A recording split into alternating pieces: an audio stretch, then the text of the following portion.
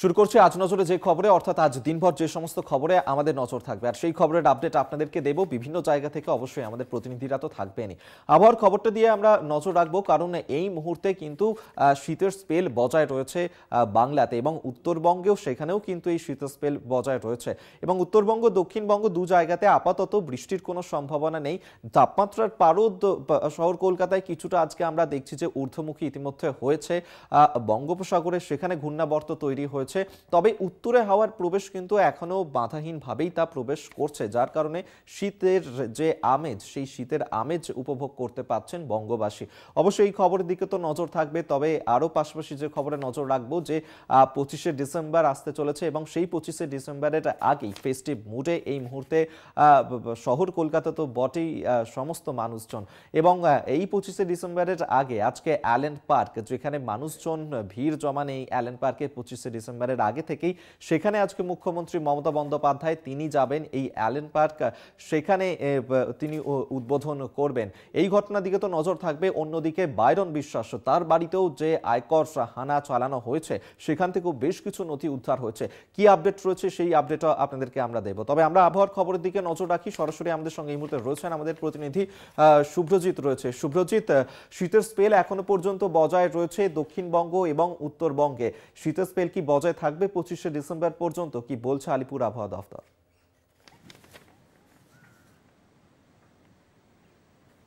দেখো, প্রথমে তোমায় জানিয়ে রাখবো, বঙ্গে কিন্তু শীতের একটি লম্বা স্পেল ছিল এবং যেটি 10ই ডিসেম্বর থেকে লক্ষ্য করা গিয়েছিল। শীত পড়েছিল বঙ্গে, গোটা বঙ্গেই। মূলত দক্ষিণবঙ্গের যে পশ্চিমের জেলাগুলি, সেই পশ্চিমের জেলাগুলিতে কিন্তু বেশ কিছু জেলায় কিন্তু তাপমাত্রা 9 ডিগ্রি 10 ডিগ্রিতে নেমেছিল। এবং এই যে শীত, এই যে ঠান্ডা, এই স্পেল যেটা ছিল, এই স্পেল কিন্তু আবহাওয়া দপ্তর সূত্রে যেমনটা খবর, এটি কিন্তু বেশ লম্বা। সাধারণত এইরকম লম্বা স্পেল লক্ষ্য করা যায় না। এবং আবহাওয়া দপ্তর সূত্রে যেমনটা খবর যে আগামীকাল অর্থাৎ শুক্রবার থেকে কিন্তু আবহাওয়ার কিছুটা পরিবর্তন হতে চলেছে। অর্থাৎ এই যে শীত, মানুষ এই শীতের আমেজ যে উপভোগ করছিল, এই কোথাও গিয়ে কিন্তু এই শীতের আমেজ কিছুটা হলেও কমবে আগামীকাল থেকে, এমনটাই কিন্তু খবর আবহাওয়া দপ্তর সূত্রে। অর্থাৎ বলাই চলে যে রাজ্যে যে বড়দিন 25শে ডিসেম্বর, তার আগে কিন্তু বেশ কিছুটা হলেও শীতের আমেজ কমবে, এমনটাই কিন্তু খবর আবহাওয়া দপ্তর সূত্রে। এবং তবে তোমায় জানিয়ে রাখবো, আজও কিন্তু বঙ্গে, গোটা বঙ্গেই, উত্তরবঙ্গে হোক কিংবা দক্ষিণবঙ্গের বিভিন্ন জেলায় কিন্তু শীতের আমেজ রয়েছে। তবে আগামীকাল থেকে ধীরে ধীরে কিন্তু তাপমাত্রার পারদ বাড়বে বলে খবর আবহাওয়া দপ্তর সূত্রে। শুভ্রজিৎ, উত্তরবঙ্গ যে ছবি আমরা দেখতে পাচ্ছি যে এই মুহূর্তে বঙ্গোপসাগরে সেখানে একটি ঘূর্ণাবর্ত তৈরি হয়েছে এবং যার কারণে কি এই উত্তরে হাওয়া এখনো যেভাবে অবাধে প্রবেশ করছে, সেই উত্তরে হাওয়ার প্রবেশে কি বাঁধ সাধতে পারে? তাপমাত্রার পারদ কিছুটা হলেও কি আবারও ওপরে উঠতে পারে? দেখো, একেবারেই যেটা আবহাওয়া দপ্তর সূত্রে খবর, যে এখনো পর্যন্ত উত্তরে হাওয়ার পথ অবাধ থাকলেও, এখনো পর্যন্ত উত্তরে হাওয়া প্রবেশ করলেও আগামীকাল থেকে কিন্তু সেই আবহাওয়ার পরিবর্তন হবে। এবং আবহাওয়ার পরিবর্তন হবে, যেটা বলা হচ্ছে আবহাওয়া দপ্তরের পক্ষ থেকে, যে পশ্চিমী ঝঞ্ঝা রয়েছে, যারই প্রভাবে কিন্তু শুক্রবার থেকে এই আবহাওয়ার পরিবর্তন হবে, এমনটাই কিন্তু খবর আলিপুর আবহাওয়া দপ্তর সূত্রে। তবে এই যে তাপমাত্রার পারদ বাড়বে, সেক্ষেত্রে কিন্তু উত্তরে হাওয়া কিছুটা হলেও বাধাপ্রাপ্ত হওয়ার সম্ভাবনা একটা থেকেই যাচ্ছে। বেশ বেশ, অবশ্যই এদিকে তো আমাদের নজর থাকবে। শুভ্রজিৎ এতক্ষণ আমাদের সঙ্গে রয়েছে এবং এই যে আবহাওয়ার, যে আলিপুর আবহাওয়া দপ্তর যেমনটা এখন পর্যন্ত বলছে, এই শীতের স্পেল কিন্তু বজায় থাকবে, তবে তাপমাত্রার পারদ কিছুটা হলেও ঊর্ধ্বমুখী হতে পারে। সেক্ষেত্রে 14 থেকে 15 ডিগ্রির আশেপাশে থাকবে এই তাপমাত্রার পারদ। তবে এরপর যে খবরের দিকে নজর রাখবো, সামনেই 25শে ডিসেম্বর এবং সেই 25শে ডিসেম্বরের আগেই ফেস্টিভ মুডে এই মুহূর্তে বঙ্গবাসী মেতে উঠেছে এবং অ্যালেন পার্ক, সেখানেও কিন্তু মানুষজন ভিড় জমাতে শুরু করে দিয়েছেন।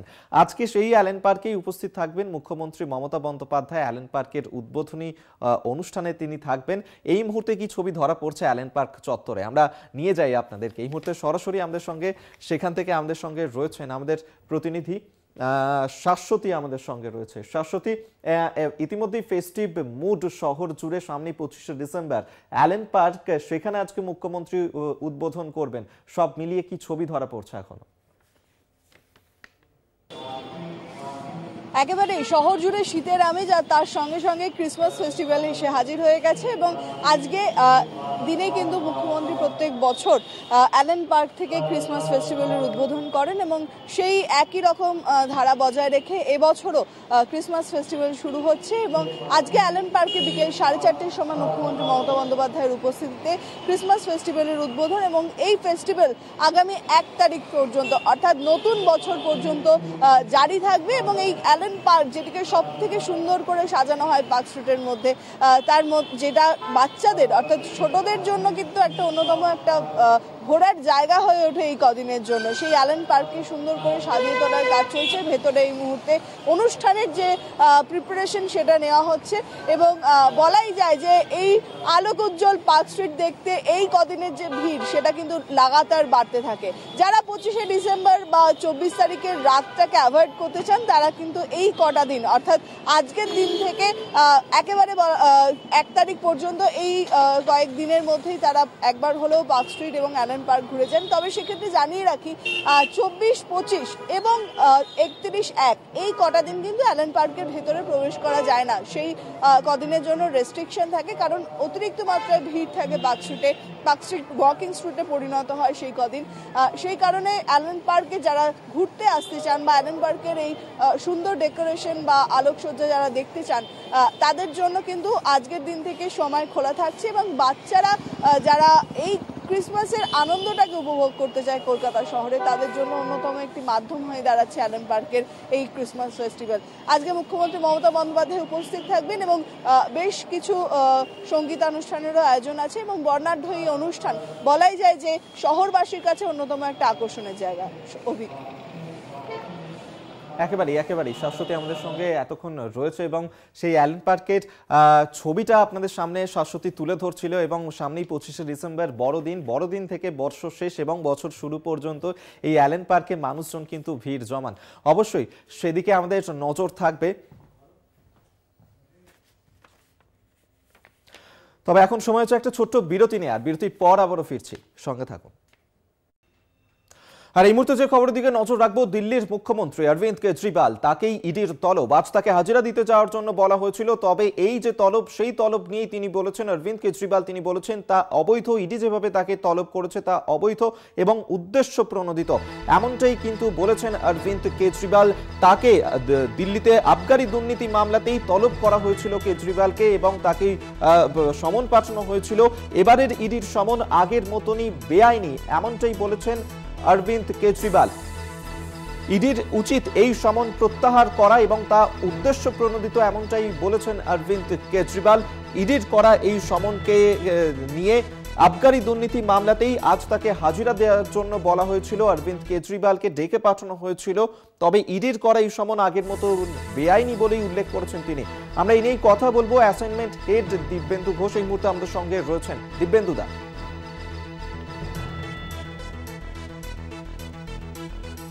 এবং তার সঙ্গে জড়িত যে সমস্ত আর্থিক কেলেঙ্কারির যে অভিযোগ উঠেছিল এবং সেই যে দুর্নীতিতে এখন গত দিল্লির যে প্রাক্তন উপমুখ্যমন্ত্রী মনীষ সিসোদিয়া তিনি ইতিমধ্যেই গ্রেপ্তার হয়েছেন এবং আজ দিল্লির মুখ্যমন্ত্রী অরবিন্দ কেজরিওয়ালকেও ইডি সমন করেছিল এবং পরিষ্কার তিনি জানিয়ে দিয়েছেন অরবিন্দ কেজরিওয়াল যে এই সমন বা এই তলব অবৈধ এবং যেহেতু এই তলব অবৈধ তার যাওয়ার কোনো প্রশ্ন নেই।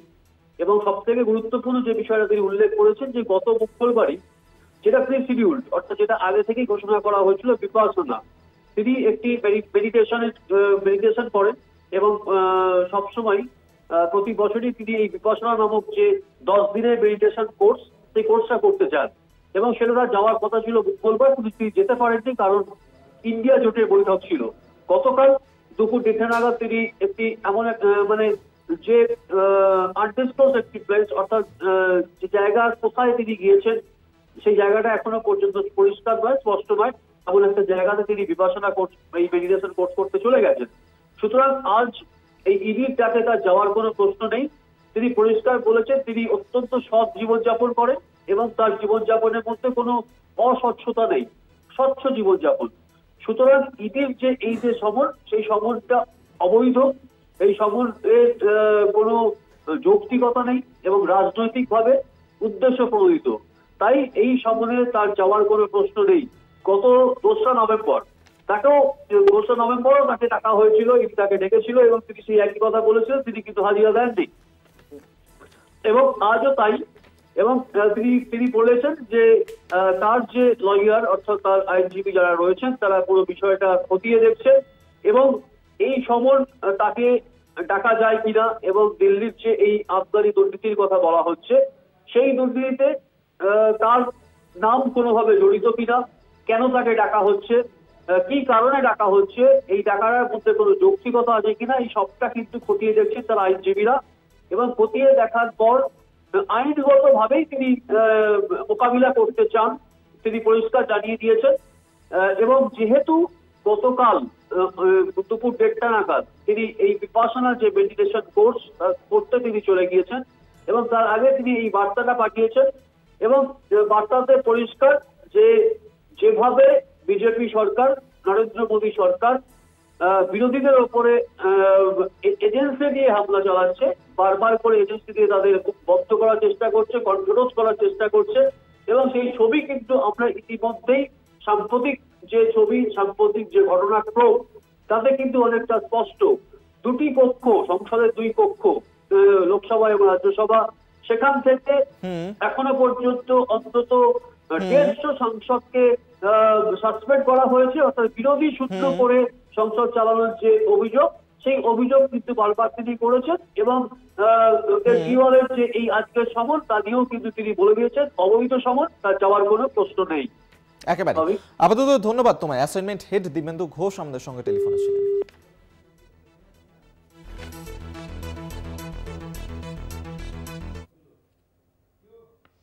আর এই মুহূর্তে যে খবরের দিকে আমরা নজর রাখবো, সাগরদিঘির বিধায়ক বাইরন বিশ্বাস, তার বাড়িতেই আয়কর হানা। গতকালই তার সকাল 6টার সময় তার বাড়িতে পৌঁছে যান আয়কর আধিকারিকরা এবং সেখানে প্রায় 19 ঘন্টা আয়কর তল্লাশি অভিযান চলে এবং রাত 1টা নাগাদ বেরিয়ে যান। আমরা এই নিয়েই কথা বলবো, আমাদের সঙ্গে রয়েছেন আমাদের প্রতিনিধি, আমরা এই নিয়েই কথা বলবো। আমাদের সঙ্গে রয়েছেন একদিকে আমাদের সঙ্গে কল্যাণ রয়েছে প্রতিনিধি, অন্যদিকে মানুষ রয়েছে আমাদের সঙ্গে। তবে প্রথমেই আমরা সাগরদিঘির দিকে নজর রাখবো, কল্যাণের কাছে যাই। কল্যাণ, এই সাগরদিঘি যেখানে তিনি বিধায়ক বাইরন বিশ্বাস, যদিও তিনি বিধায়ক হওয়ার আগে একজন শিল্পপতি এবং ব্যবসায়ী হিসেবে পরিচিত ছিলেন এলাকাতে, সেই ক্ষেত্রে এই যে আয়কর তল্লাশি, সেই তল্লাশিকে কিভাবে দেখছে? এটা কি রাজনৈতিক উদ্দেশ্য প্রণোদিত, সেইভাবেই কি মনে করছে? এবং আয়কর দপ্তরের আধিকারিকরা তারা এই তল্লাশি অভিযান থেকে কি কি উদ্ধার করলেন?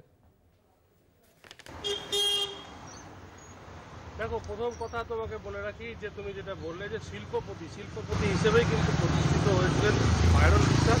এরপরে তিনি কংগ্রেসের টিকিটে জয়ী হন সাগরদিঘিতে এবং গত 3 মাস, অর্থাৎ এই জয়ের 3 মাস পরেই তিনি অভিষেক বন্দ্যোপাধ্যায়ের হাত ধরে তৃণমূলে যোগদান করেন।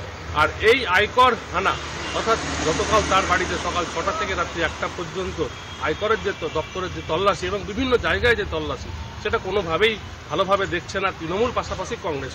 তৃণমূলের যেমন বক্তব্য যে উদ্দেশ্য প্রণোদিতভাবেই এবং রাজনৈতিক হিংসা চরিতার্থ করতেই বিজেপি এইভাবে বিভিন্ন কেন্দ্রীয় সংস্থাকে ব্যবহার করছে এবং বাইরন বিশ্বাস তিনি একজন শিল্পপতি, তার বাড়িতে এইভাবেই আয়কর দপ্তর হানা দিচ্ছে। পাশাপাশি স্থানীয় কংগ্রেসের বক্তব্য যে বাইরন বিশ্বাস তৃণমূলে চলে গেলেও বাইরন বিশ্বাস এবং তার পরিবার, তার বাবা বাবুর আলী বিশ্বাস প্রতিষ্ঠিত ব্যবসায়ী, তারা শিল্পপতি, তাদের বিড়ি ব্যবসা যেমন রয়েছে, পাশাপাশি হাসপাতাল, বিভিন্ন শিক্ষা প্রতিষ্ঠানও রয়েছে। সুতরাং এরকম নয় যে বাইরন বিশ্বাস সাগরদিঘিতে জয়ের পরেই ফুলে ফেপে উঠেছেন এবং তিনি তার বিশাল ব্যবসা বাড়িয়েছেন। তারা পুরোনো দিনেরই ব্যবসা, পুরোনো দিনে তার শিল্পপতি রয়েছেন। সুতরাং তাদের বাড়িতে হঠাৎ করে এভাবে আয়কর হানা কোনোভাবেই মেনে নিচ্ছে না। পাশাপাশি আয়কর দপ্তর সকাল থেকে রাত্রি 1টা পর্যন্ত যে তল্লাশি, সেই তল্লাশির পর রাত্রি বেরিয়ে যাওয়ার সময় দেখা গেছে তাদের অ্যাটাচি ভর্তি কিছু নথিপত্র এবং যেটা জানা যাচ্ছে আয়কর দপ্তর সূত্রে 70 লক্ষ টাকা মতো উদ্ধার হয়েছে এই শিল্পপতির বাড়িতে। তুমি জানো যে এর আগেও জাকির হোসেনের বাড়িতে আয়কর হানা হয়েছিল এবং তার বাড়িতেও কয়েক কোটি টাকা উদ্ধার হয়েছিল। এরা, অর্থাৎ জাকির হোসেন যেমন একজন বিড়ি ব্যবসায়ী শিল্পপতি, তেমনি এখানে বাইরন বিশ্বাস তিনিও একজন বিড়ি ব্যবসা, তাদের বিড়ি ফ্যাক্টরি রয়েছে। সুতরাং তাদের অর্থাৎ ওই সমস্ত শ্রমিকদের কাঁচা টাকা দেওয়ার জন্য তাদের বাড়িতে টাকা গচ্ছিত রাখতে হয়, কারণ কখনো মাসে টাকা দেওয়া হয়, কখনো 15 দিন অন্তর টাকা দেওয়া হয়। সুতরাং যে সমস্ত দরিদ্র শ্রমিক, সেই সমস্ত শ্রমিকদের টাকা দেওয়ার জন্যই কিন্তু বাড়িতে তারা টাকা রাখে।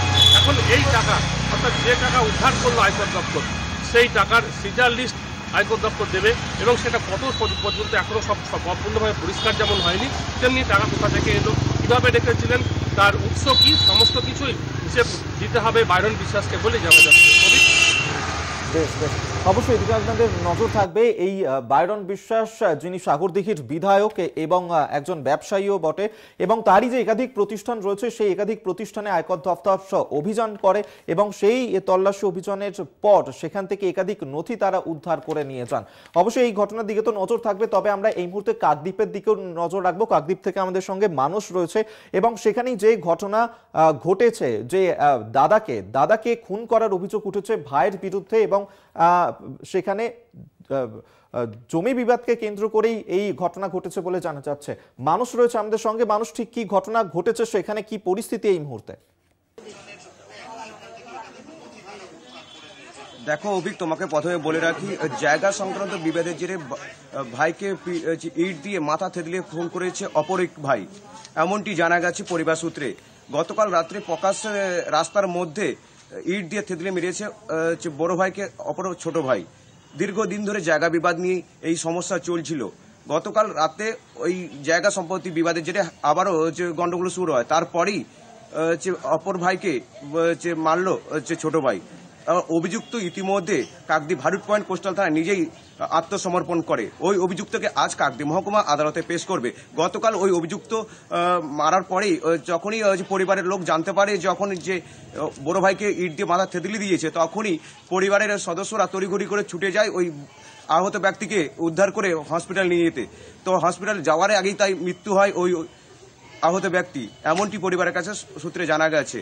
অভিক, মানুষ, যেভাবে এই ঘটনা ঘটলো, ইতিমধ্যেই পুলিশের কাছে গিয়ে আত্মসমর্পণ করেছে অভিযুক্ত, কিন্তু যে ঘটনা সেখানে ঘটেছে কতটা থমথমে রয়েছে সেখানকার পরিবেশ, পরিবারের যে বাকি সদস্যরা তারা কি বলছে? একদম, বাকি সদস্যরা বলছে ইতিমধ্যে যে দীর্ঘদিন ধরে এই জায়গা সম্পত্তি বিবাদ চলছিল ভাইদের মধ্যে। তারপরই গতকাল এই প্রকাশ রাস্তার মধ্যে ইট দিয়ে মাথা থেতলে দেয় ছোট ভাই বড় ভাইকে। আর ইতিমধ্যে এলাকা থমথমে, কিন্তু পুলিশ প্রশাসন নজর রেখেছে গোটা বিষয়টা নিয়ে তদন্ত শুরু করেছে। অভিক, মানুষ, এই যে জমি বিবাদের জেরে কাল যে ঘটনা ঘটলো, সেখানে ভাইয়ের হাতে দাদাকে খুন হতে হলো, এই যে দুই ভাইয়ের সম্পর্ক, তা কি দীর্ঘদিন ধরেই তা খারাপ ছিল, নাকি কালকেই এই ঘটনা ঘটে? না অভিক, তোমাকে বলে রাখি, দীর্ঘদিন ধরে এই জায়গা সম্পত্তি বিবাদের জেরে, জমি সংক্রান্ত বিবাদের জেরে ভাই ভাই দিনের পর দিন গন্ডগোল হতো। গতকাল একটি গন্ডগোল হতে পার্টি অফিসে মীমাংসা করার জন্য ভাই যায় বড় ভাই, তখনই ছোট ভাই পিছন দিয়ে গিয়ে ইট দিয়ে বড় ভাইকে আঘাত করে। আঘাত করলে মাটিয়ে রুটিয়ে পড়ে বড় ভাই। তারপরে পরিবারের সদস্যরা তড়িঘড়ি করে ওই আহত ব্যক্তিকে হসপিটাল নিয়ে গেলে চিকিৎসকরা মৃত বলে ঘোষণা করে। বেশ, অবশ্যই এই ঘটনার দিকে আমাদের নজর থাকবে। এতক্ষণ সরাসরি কাকদ্বীপ থেকে আমাদের সঙ্গে আরেক প্রতিনিধি মানুষ ছিলেন, অন্যদিক থেকে সাগরদিঘি থেকে আমাদের আরেক প্রতিনিধি কল্যাণ ছিলেন আমাদের সঙ্গে। অবশ্যই এই ঘটনার দিকে তো আমাদের নজর থাকবেই, তবে আরো অনেক গুরুত্বপূর্ণ খবর রয়েছে। আর অনেক গুরুত্বপূর্ণ খবর নিয়ে ফিরছি একটা বিরতির পর, সঙ্গে থাকুন।